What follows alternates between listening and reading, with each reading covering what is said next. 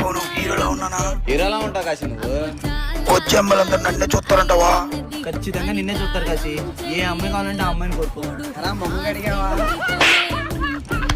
నిన్నయ్యి ఉండదురా, నిన్నయ్యి ఉండదు. చూడరా చాలా అమ్మాయిలు అంటున్నాడు చూడరా. ఛే, ఆ అమ్మాయిలు ఎవరు నాకు నచ్చలా.